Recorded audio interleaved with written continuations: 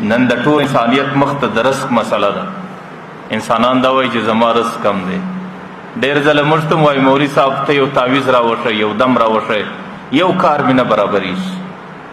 اوس د رزق د حل لاره څنګه ده؟ پیغمبر علیه الصلاة والسلام ته یو صحابي راغلی، یا رسول الله اريد ان يوسع في رزقي.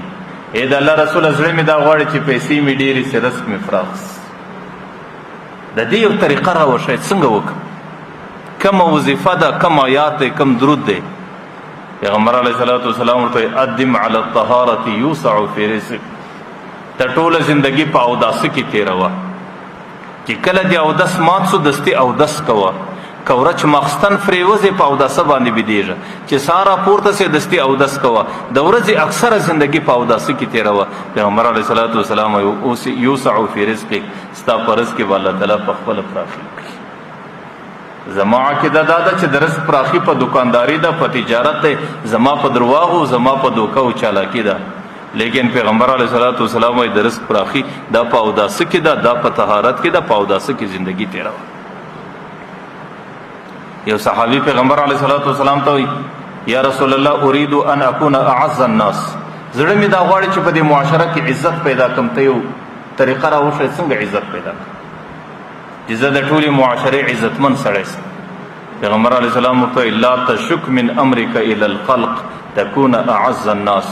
چې کوم مشکل رالی دغه مشکل شکایت انسانانو ته مه کوه.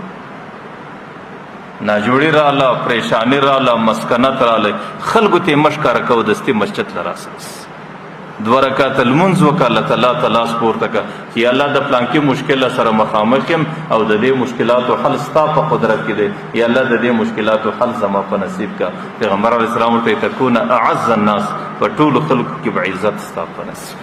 یو صحابي ورته یا رسول الله اريد ان اكون اقوى الناس. زړه مې دا غواړي چې د ټولې معاشرې زورور قوي سړی زم. د دې دپاره کم دم درود دی؟ نن د قوت دپاره خلک څه کوي؟ د انسانانو وینې تویوي، د انسانانو بچي قتلوي، او د انسانانو پر وینو تویولو، د انسانانو پر کورو او ډاکې اچولو باندې څوک صرفه نه لري. لیکن پیغمبر علیه الصلاة والسلام څه ورته وایي؟ ورته توکل علی الله تکون اقوى الناس. په هره معامله چې در پیښه سو پر خپل رب توکل کوه. چې کله دې پر هر شي باندې، پر هره معامله کې پر الله تعالی باندې توکل وکړې، تکون اقوى الناس، د ټولې معاشرې قوي او مضبوطه سړی به ته. یو صحابي ورته یا رسول الله اريد ان اكون اعلم الناس. زما زړه دا غواړي چې ټوله معاشره کې زیات علم زما سره وي، زه د ټولې معاشرې لوی عالم یم. د دې دپاره طریقه پیغمبر علیه السلام ورته اتق الله تكون اعلم الناس. د الله تعالی څخه وبېرېږه، د ټولو لوی عالم ته. علم عبارت دی د تقوا سه، علم عبارت دی د الله څخه د بیرې سه. چې کوم سړی د الله تعالی څخه وبېرېدی، چې کوم سړی د تقوا زندگی شروع کړه، پیغمبر علیه السلام په معاشره کې د ټولو څخه لوی عالم سړی دغه. نو ځکه ستاسو حضور کې ما حدیث قدسی پیش کړی. هغه حدیث قدسی کې اولنۍ جمله هغه پیغمبر علیه السلام وایي چې الله تعالی امت ته خطاب کوي. الله تعالی ورته بندگانو ما خو ظلم پر ځان حرام کړی دی، زه ظلم د چا سره نه کوم، نو پر تاسو مې هم حرام کړی دی، فلا تظالموا، یو به پر بل باندې ظلم نه سره کوئ. دویمه جمله دا ورته بندگانو ته ټولو ګمراهان واست مګر ما هدایت درته وکړئ. اوس هم هدایت زما په قدرت کې دی، په هر شي کې هدایت زما څخه غواړئ. او دریمه جمله ای زما بندگانو تاسو ټول وږي واست، ما نفقه درکړه، اوس هم د نفقو خزانې زما څخه دي، زما څخه غوښتنه وکړئ.